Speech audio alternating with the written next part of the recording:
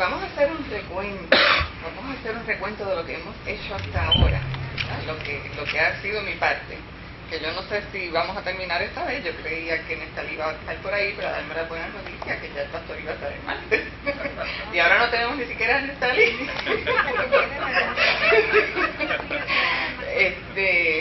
Pero hacemos lo mejor que podamos, ¿verdad? Y por favor, no me digan ustedes mayores diciéndome a mí, ustedes son como...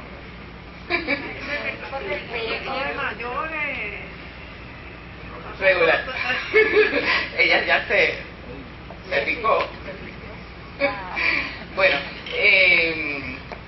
si ustedes supieran, yo nunca llamo a la gente por título. Yo creo que es bíblico nosotros tratarnos a todos de la misma forma. Cuando Pablo escribió a Gálatas,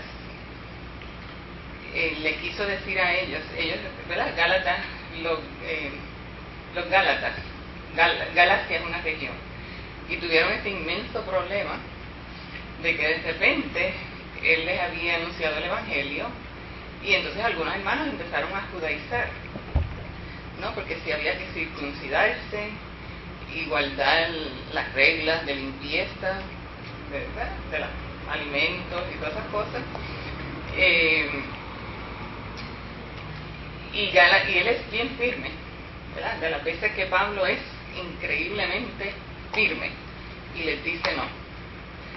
Aquí la iglesia no se puede dividir por un asunto como este. No puede haber ni judío ni griego. Y cuando habla de judío ni griego, es que esas son las diferencias de aquella época, ¿verdad? Pero aquí, pues si fuera hoy en Puerto Rico, diría, aquí no hay ni puertorriqueño, ni PNP ni popular. Iba a hablar de etnias o de nacionalidades, pero también, ¿verdad? Pero aquí no hay ni puertorriqueño, ni dominicano, ni cubano. Aquí no hay ninguna diferencia. Y no solamente dijo eso, entonces añadió un poquito más y dice, desde el momento que usted pasa por la entrada de este recinto, y él no lo dijo así, pero fue lo que quiso decir, ¿verdad? Aquí dentro no hay ni judío ni griego, para empezar. Es decir, que ninguno es superior al otro. Los judíos se creían superior a todos, ¿verdad? Ellos eran judíos y el resto del mundo era gentil. Así que, o sea, era una separación inmensa. Y también entonces dijo, aquí ni hay hombre ni hay mujer, ¿verdad? Porque en aquel momento la mujer era absolutamente nada, era una propiedad, era tratada como una propiedad. Ella dice que a ella le molesta, yo creo que a todas nos molesta, y nos acompañan unos cuantos hermanos también. Y más que eso también dijo, okay, ni hay judío ni hay gentil, ni hay tampoco hombre ni mujer, y todavía más, no hay libre ni esclavo. Eso quiere decir que se borran todas las diferencias étnicas, las diferencias sociales y las diferencias religiosas. Entonces yo en la iglesia, es más, en ningún sitio, mejor dicho, ni yo me firmo con ningún título, ni yo le reconozco un título a nadie, ni siquiera a un ministro. Quizás un ministro se podría sentir un poquito fuera de lugar, pero yo no le digo reverendo a nadie. ¿Ves? ¿Por qué? Porque para mí son distinciones que entonces están diciendo que estos son más espirituales que el resto de nosotros. No, aquí todos somos iguales. Así que quizás para algunos esto es un poquito traumático porque son las prácticas sociales, ¿verdad? Que nosotros nos hemos criado en eso y que lo hacemos automáticamente. Pero si lo pensamos bien, y más en la iglesia, una vez pasamos por ahí, hermanos, somos, punto, seres humanos, de la misma valía ante Dios. Es más, probablemente una de las enseñanzas fuertes de Jesús dijo que los primeros serán últimos y los últimos primeros, porque en el orden de Dios es al revés del orden del mundo. lo que el mundo reconoce como valioso, muy frecuentemente, ¿verdad?, en la iglesia no tiene eso, porque en el mundo que uno mira la apariencia, y uno se fija en el reconocimiento social, uno se fija en el dinero, en la influencia, en el poder, y miren, en la iglesia es a la inversa. Y no digo diferente o ¿cómo digo? A menudo nosotros usamos una terminología como que decimos, en el reino de Dios es al revés. No, lo que verdaderamente está al revés es este mundo. ¿Se fijan? O sea, el orden de Dios es el orden justo, perfecto, y el orden que Cristo vino a enseñar. Y entonces, pues, cuando Jesús dijo que quiera ser primero, tiene que hacerse como un niño. Y un niño, si un niño era igual que un esclavo, no valía nada. Por eso cuando los niños se acercan a Jesús, entonces todo el mundo se molesta, porque ¿cómo es posible que se atrevieran a acercarse a la figura de Jesús?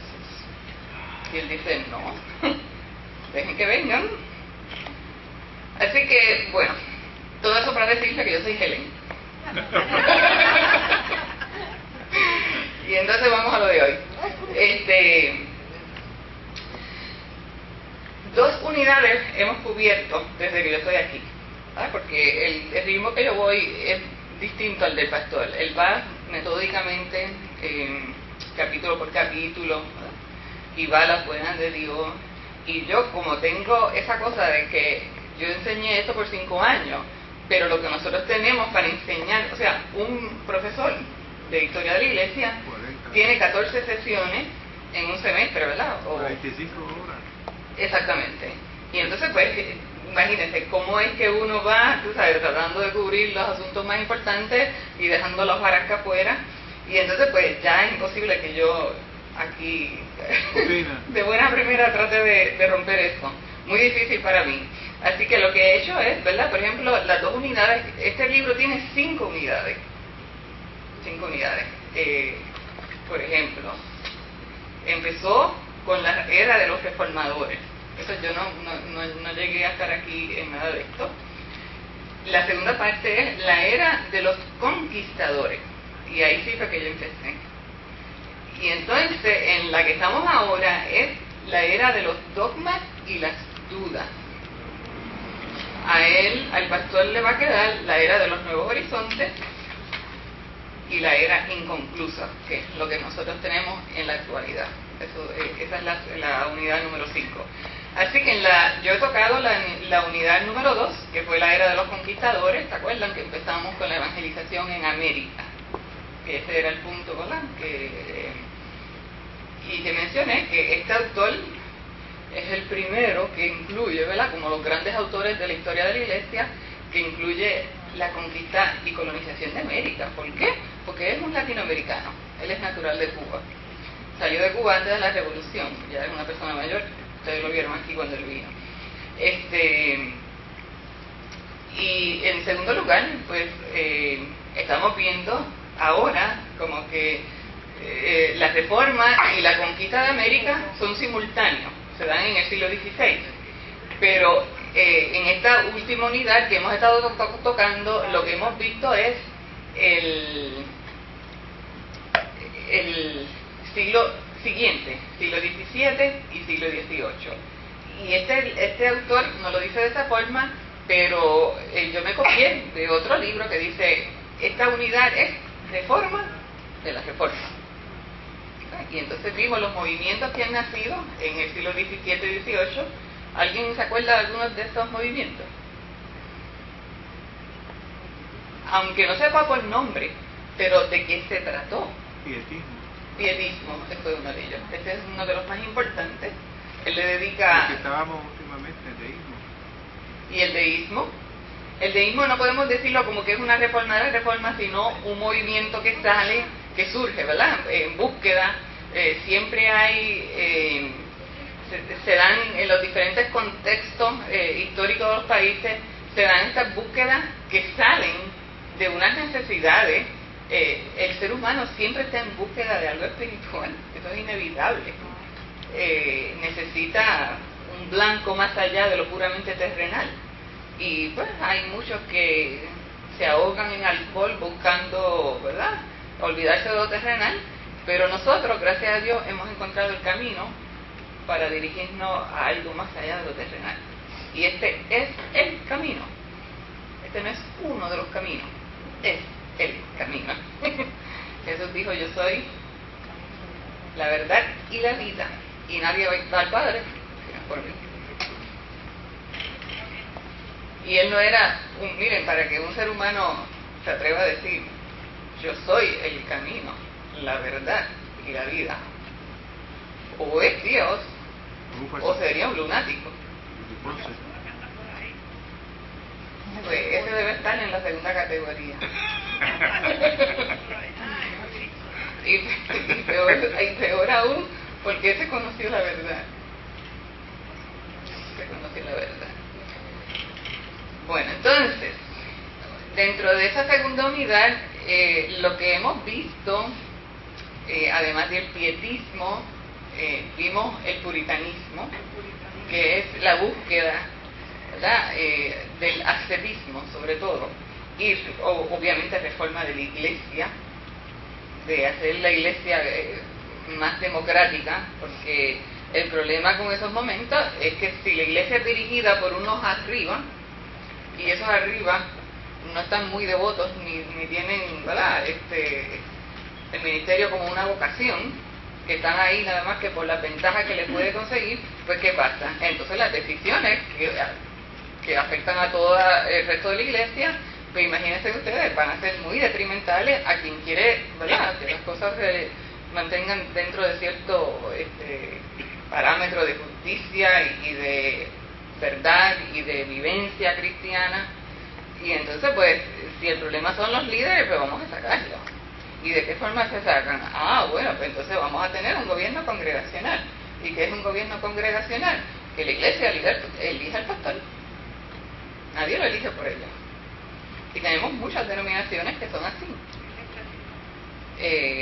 La iglesia Discípulo de Cristo, que aquí hay unos cuantos que han estado en esa denominación, es una iglesia congregacional. La Asamblea de Dios es una iglesia congregacional. Los Defensores de la Fe es una iglesia congregacional. ¿Y qué quiere decir congregacional? Congregacional es que la soberanía, ustedes han oído hablar de ese término últimamente, la soberanía reside en la congregación. Y eso quiere decir que el pastor está ahí hasta que la congregación lo decide. A través de la junta, de una junta de grupo. Puede variar, porque a veces es que una junta puede decidir quiénes son los candidatos. La iglesia elige una junta, no es que la junta se autoproclama, ¿verdad?, porque es difícil llegar a un consenso con varios cientos de personas. Ellos envían 2 o 3 para que coja uno. Entonces, pues a veces se elige una junta o un comité nada más expresamente para eso. Y entonces, pues despiden al que tienen y entonces invitan a otros ministros a visitarlo, a predicar, a exponer, ¿verdad?, su forma de pensar de lo que es la iglesia, su misión y bla, bla, bla. Y entonces, pues así escogen el ministro. Y por supuesto, la propiedad entonces pertenece a la congregación. Que no es como, por ejemplo, en el caso nuestro, que nosotros nos desafiliamos de una denominación, ahí las propiedades pertenecen a la denominación. Quiere decir que nosotros estuvimos a ley de que nos pusieran un candado en la puerta y nos dijeran: lo siento, pero esta es nuestra propiedad. Pero aquí en la denominación de los discípulos de Cristo, la denominación es de todos los discípulos de Cristo, todo lo que pertenece al discípulo de Cristo. La congregación es dueña de sus propiedades y elige su propio y nombra a su propio pastor. Los metodistas tienen su obispo. Eso se llama gobierno episcopal, ¿verdad? Eso se llama gobierno episcopal. No, yo no te estoy preguntando, yo te estoy diciendo. O sea que de la misma forma que este tipo de gobierno se llama gobierno congregacional, pues este gobierno donde es dirigido por obispos y donde todas las decisiones las toman los obispos, pues eso es un gobierno episcopal. Entonces está también el gobierno presbiteriano, donde un grupo de congregaciones o de ministros toman la decisión.